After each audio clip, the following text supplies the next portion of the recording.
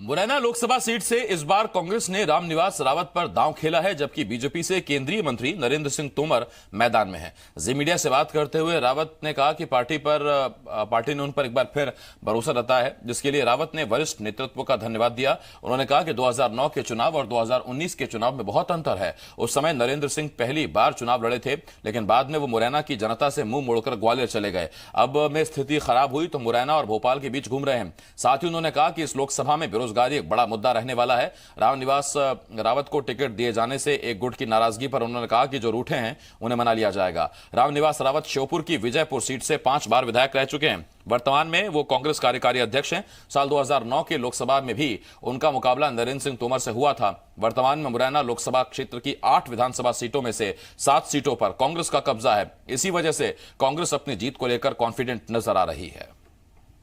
Morena Lok Sabha seat से एक बार फिर कांग्रेस ने रामनिवास रावत को अपना प्रत्याशी बनाया। हालांकि रामनिवास रावत 2009 में भी नरेंद्र सिंह तोमर के खिलाफ ही चुनाव लड़ चुके हैं।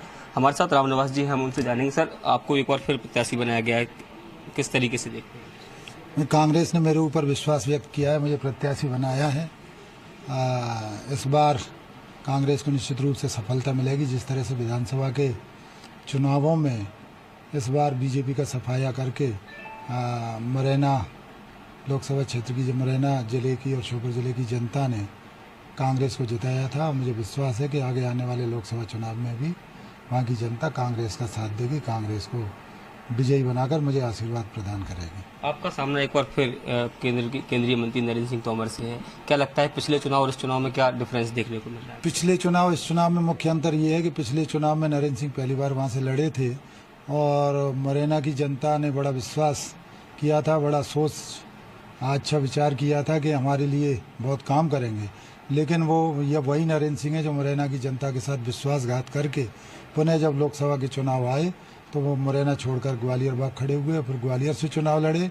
और अब जब वो ये बारी आई कि ग्वालियर की जनता भी नाराज हो गई तो ग्वालियर की जनता के साथ भी विश्वासघात करके पुनः मुरैना या भोपाल की सीट तलाशने में लगे हुए हैं। क्या लगता है, क्या कुछ मुद्दे होंगे जिनको लेकर आप जनता के बीच में जाने वाले हैं?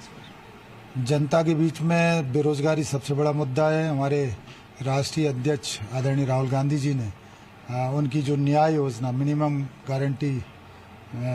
इनकम गारंटी स्कीम जो लागू की है कि हर परिवार को कम से कम 6,000 इनकम पर मंथ हो और साल में 72,000, जिस परिवार की इनकम नहीं होगी उस परिवार के खाते में 72,000 रुपये पहुँचाने का कांग्रेस की सरकार बनती है तो कांग्रेस काम करेगी।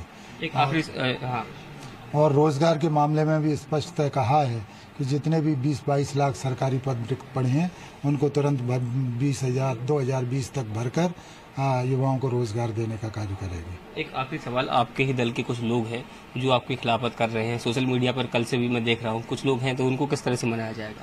जिनका काम है वो करते हैं, उनको मनाने का काम करेंगे और धीरे धीरे वो सब पार्टी के साथ आ जाएंगे।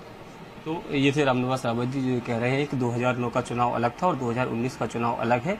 अब जनता सब कुछ समझती है और इस बार वो कांग्रेस को आशीर्वाद देगी और वो विजयश्री हासिल करेंगे। कैमरामैन विजय के साथ शैलेंद्र सिंह, जी मीडिया, ग्वालियर।